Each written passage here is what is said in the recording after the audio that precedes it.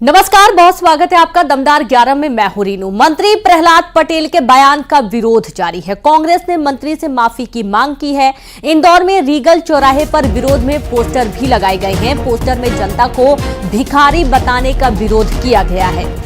बड़ी जानकारी आपको दे रहे हैं, जहां मंत्री प्रहलाद पटेल के बयान का लगातार विरोध हो रहा है। कांग्रेस ने मंत्री से माफी की मांग की है और इंदौर में रीगल चौराहे पर विरोध में पोस्टर भी लगाए गए हैं। पोस्टर में जनता को भिखारी बताने का विरोध किया जा रहा है। आप ये देखिए कि मंत्री प्रहलाद पटेल मंच से जनता को भिखारी बता रहे थे और उनका ये कहना था कि एक लेने की आदत सी हो गई है, भीख लेने की आदत हो गई है जनता को। और इसी बयान के बाद से मंत्री जी लगातार अब घेरे जा रहे हैं और वोट लेते समय जनता भगवान, वोट लेते समय वोट और इस तरीके से जो कुछ उन्होंने बातें कही हैं वो भी लिखा गया है और ये बड़े बड़े पोस्टर चौराहे पर लगाए गए हैं।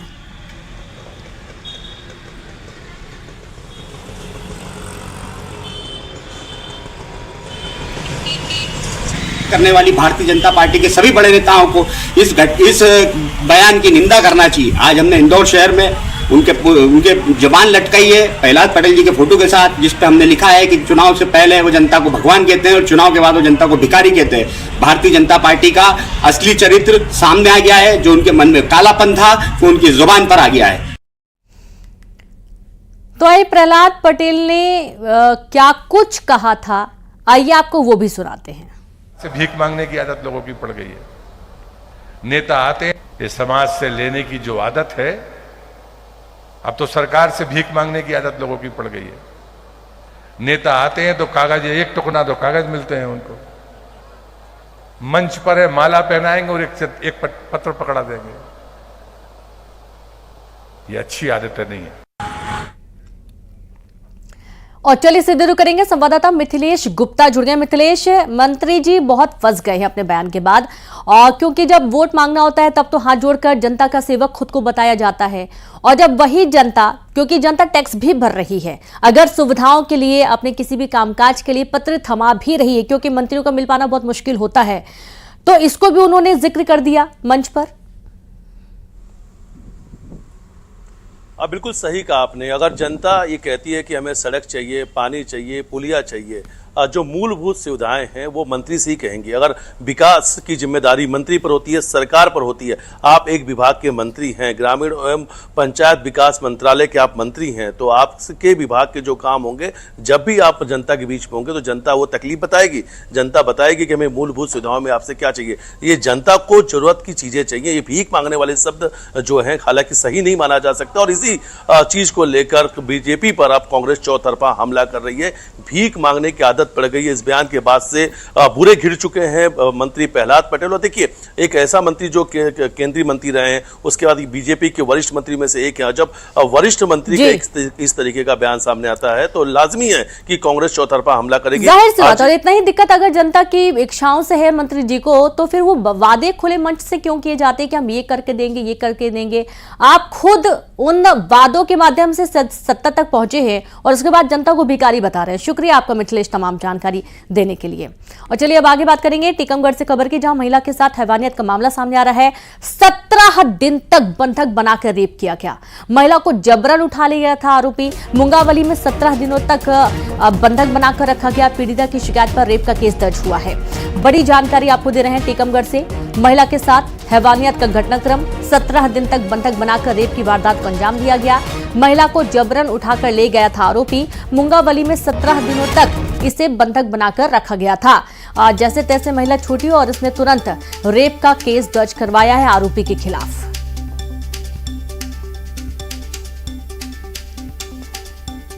तो देखिए, महिला को जबरन यह आरोपी उठाकर ले गया था और 17 दिन तक इसे अपनी कैद में रखा, रेप की वारदात को अंजाम देता रहा।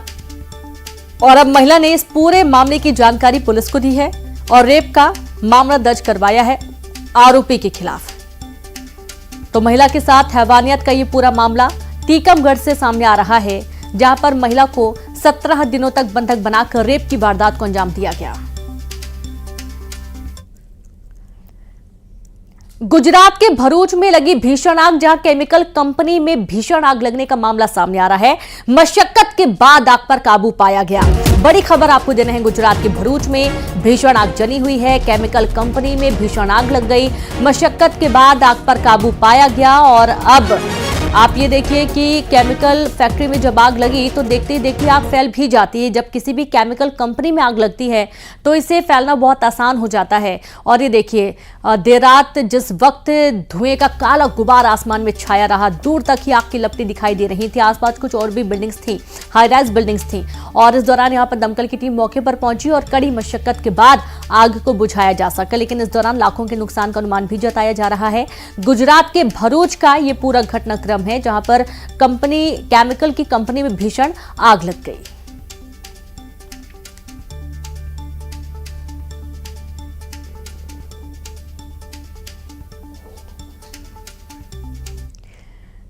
और अब इंदौर से खबर है, जहां ड्रग्स कनेक्शन मामले में बड़ा एक्शन लिया गया। खुफिया विभाग के 14 पुलिसकर्मी लाइन अटैच किए गए। ड्रग्स तस्करों के साथ सामने आया था कनेक्शन। कई और पुलिसकर्मियों की भूमिका संदिग्ध मानी जा रही है। जल्द और भी पुलिसकर्मियों पर एक्शन संभव है।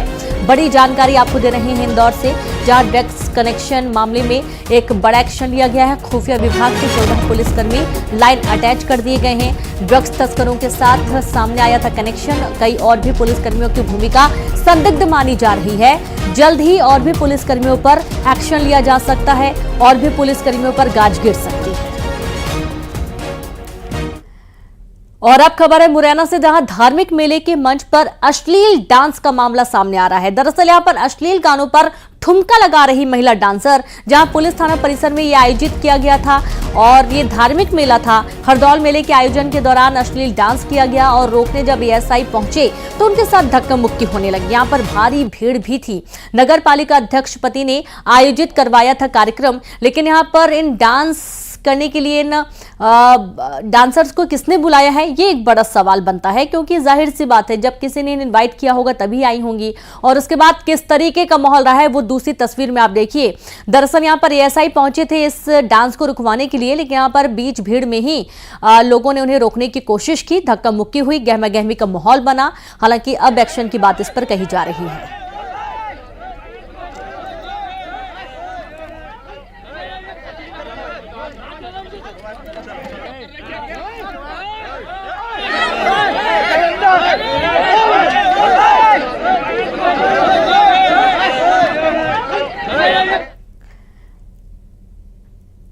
भोपाल में वीआईपी रोड पर खतरनाक स्टंट करने पर पुलिस ने कार्रवाई की है। पुलिस ने 2 आरोपियों को गिरफ्तार कर लिया है, जबकि फरार चल रही महिला आरोपी की तलाश कर रही है।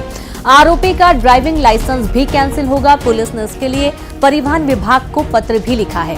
पिछले दिनों बाइक पर बैठे 3 लोगों ने खतरनाक स्टंट किया था और इसका वीडियो भी सामने आया था।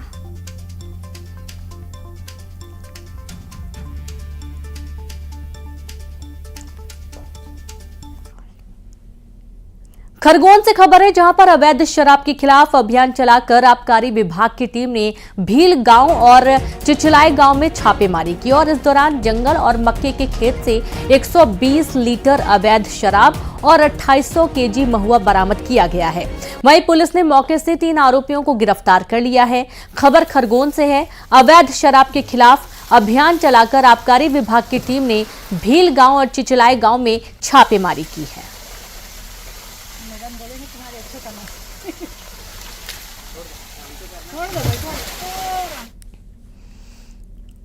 तो वहीं सीधी में बोर्ड परीक्षा में सामूहिक नकल का वीडियो सामने आया है। 5वीं और 8वीं की परीक्षा में टीचर ने ब्लैक बोर्ड पर ही आंसर लिख दिया। नकल कराने का वीडियो सोशल मीडिया पर वायरल हो रहा है। ये कहा जा रहा है कि बच्चों के नतीजे अच्छे नहीं होने पर टीचर्स के वेतन पर इसका असर पड़ता है, लिहाजा टीचर अपना नुकसान ना हो इस लिहाज से बच्चों का भविष्य खराब कर रहे हैं। तो देखिए, ये भी एक अलग ही पैटर्न है कि बच्चों का अगर रिजल्ट खराब होता है तो टीचरों का वेतन नहीं बढ़ता है और यही कारण है कि टीचर बच्चों का रिजल्ट अच्छा रहे इसके चलते खुद ही नकल कराते हुए नजर आए हैं। और ये वीडियो सामने आने के बाद अब टीचर्स के ऊपर एक्शन लिए जाने की बात सामने आई है।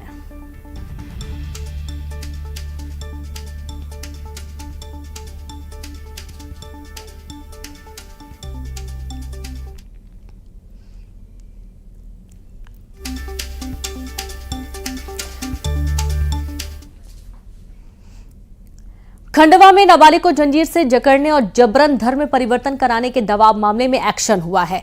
नाबालिग की मां और सौतेली पिता रऊफ शाह पर पुलिस ने केस दर्ज कर लिया है। नाबालिग के जंजीरों से बंधे होने का वीडियो सामने आया था। वायरल वीडियो के आधार पर पुलिस ने कार्रवाई की और नाबालिग को रेस्क्यू किया।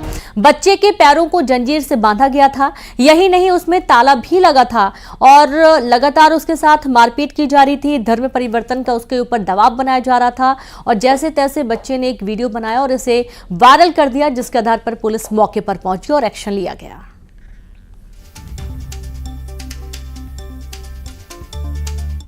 खुद के मुसलमान बनाना चाह रहा है और मेरे को मुसलमान बनना नहीं है, क्योंकि मैं शुरू से हिंदू हूँ और वो मेरे को रोज़ मारता है यही बात पे से, और हर बार मेरे साथ ऐसे ही करते हैं। बोले मुसलमान बन मेरे को मारते भी, और मेरे को पसंद नहीं है मुसलमान धर्म, क्योंकि मैं शुरू से हिंदू ही हूँ, इसलिए मेरे को हिंदू धर्म ही अच्छा लगता है। इसलिए प्लीज़ मेरी हेल्प करो, मैं रिक्वेस्ट करता हूँ आपके आगे। भोपाल में पढ़ने के लिए आया अफगानी युवक लापता है। कोलार पुलिस युवक को तलाश रही है। 2019 में अफगानिस्तान से युवक भोपाल पढ़ने के लिए आया था। 2024 में युवक का वीजा एक्सपायर हो गया, बावजूद इसके वो यहां रुका रहा।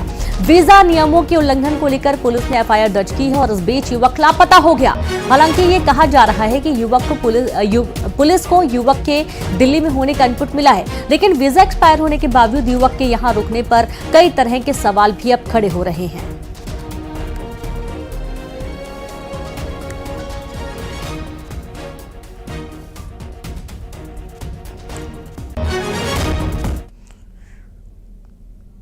दतिया में कांग्रेस विधायक राजेंद्र भारती के बयान का विरोध शुरू हो गया है। कानपुर में चौरसिया समाज के कार्यक्रम में संबोधन में राजेंद्र भारती ने कहा कि हमारी लड़ाई सामंतवाद से रही। राजेंद्र भारती ने कहा कि ठाकुरों से पहले हमारी सत्ता थी। इनके इस बयान का क्षत्रिय समाज ने विरोध किया और माफी मांगने की भी मांग की है। ठाकुर समाज ने माफी नहीं मांगने पर पुतला जलाने की चेतावनी भी दी है। ठाकुरों से सबसे पहले सत्ता हम लोगों ने छीनी दतिया में, और उसके बाद जैसा आदरणीय जगत नारायण जी ने बताया,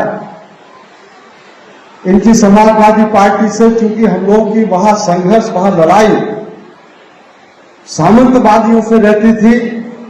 माधवराव सिंधिया जी ने टिकट नहीं मिलने दिया कांग्रेस पार्टी से, तो मैं समाजवादी पार्टी से, आपकी पार्टी से मैं चुनाव लड़ा और चुनाव फिर जीता।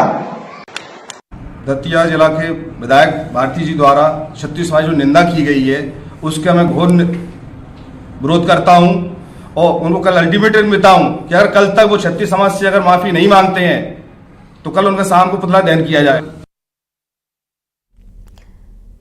उज्जैन में जल्द ही कैंसर की शुरुआती पहचान के लिए अत्याधुनिक किट का निर्माण शुरू होने जा रहा है। साउथ कोरिया की क्यूब बायो कंपनी उज्जैन में 207 करोड़ रुपए की लागत से डिटेक्शन किट की यूनिट लगाने जा रही है और ये यूनिट 21 एकड़ भूमि पर विकसित की जाएगी और 2025 तक तैयार होने की संभावना है। बड़ी बात है कि भारत में ये पहली बार होगा जब यूरिन की कुछ बूंद किट पर डालने से ही कैंसर जैसी घातक बीमारी का पता लग जाएगा। इस किट से 8 प्रकार के कैंसर का पहली स्टेज पर ही पता लगाया जा सकेगा।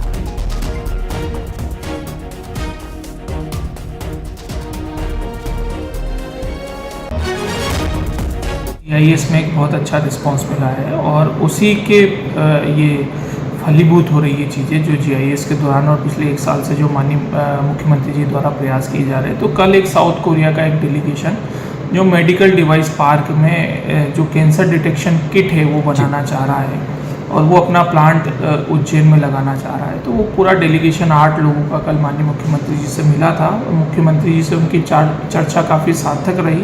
ये कंपनीज ऑलरेडी उज्जैन में इस्टेब्लिश हो चुकी हैं और उज्जैन में ऑफिस की प्रक्रिया अब हमारी संपूर्ण हो चुकी और मेडिकल डिवाइस पार्क में हम प्रोडक्शन नवंबर 2025 तक हम इस प्रोडक्शन। सिवनी से खबर है जहां केवलारी वन परिक्षेत्र में संदिग्ध हालत में भालू का शव मिला है। सूचना मिलते ही मौके पर वन विभाग और फॉरेंसिक टीम पहुंची और भालू के शव को कब्जे में लेकर पोस्टमार्टम के लिए भेजा गया। वहीं शुरुआती जांच में करंट लगने से मौत की आशंका जताई जा रही है।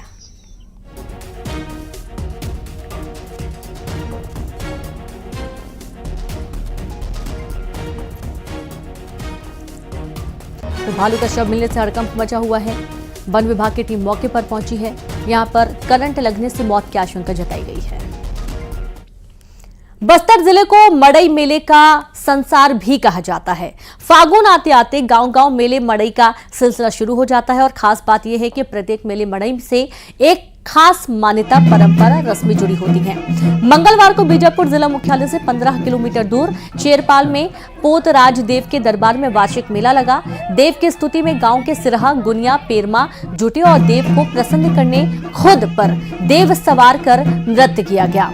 बताया गया कि जंगल में टेशु यानी पलाश के फूल खिलने के साथ पोतराज के दरबार मेला लगता है। देव को पूजने के बाद गांव में मांगलिक कार्य शुरू हो जाते हैं। फागुन उत्सव शुरू होता है।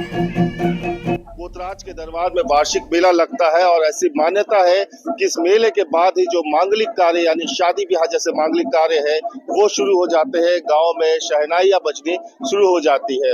हमारे साथ जानकार है गांव के। भैया क्या नाम है आपका? मेरा नाम तीरथ पसफुल है। मैं इसी गांव का रहने वाला हूं। मैं माता जो यहाँ के जो देवी के बारे में इतना है कि मेरे जानकार के अनुसार ये तीनों का एक बांस को ला करके उसको हम लोग जन्म करते हैं। जन्म करने के लिए बहुत सारे ऐसे बलि बकरों का बलि वगैरह वगैरह देना पड़ता है। 7-8 दिन तक हम लोग यहाँ क्या करते हैं, इसे जो पोतराज है, ये सीकड़ राज पोतराज जो बीजापुर वाला मतलब सीकड़ राज है, कन्नप राज है, गोंगला का है। ये तीनों का एक ही का है लेकिन अलग अलग। इसका 3 बांस एक बांस को 3 टुकड़ा करके इसको ऐसा बनाया गया है। पूर्वज मानते हैं और हम लोग ना यहाँ पूर्वज हैं। पहले सबसे पहले हम लोग ही इसका जन्म करते हैं। हम लोग इस गांव का जो त्योहार होता है, इस त्योहार में हम लोग बिना त्योहार किए कोई भी मांगलिक कार्य नहीं करते हैं, क्योंकि यहाँ शादी ब्याह हो या तो और कोई है होली से पहले किया जाता है। तो ये थे और इसी के साथ दमदार 11वीं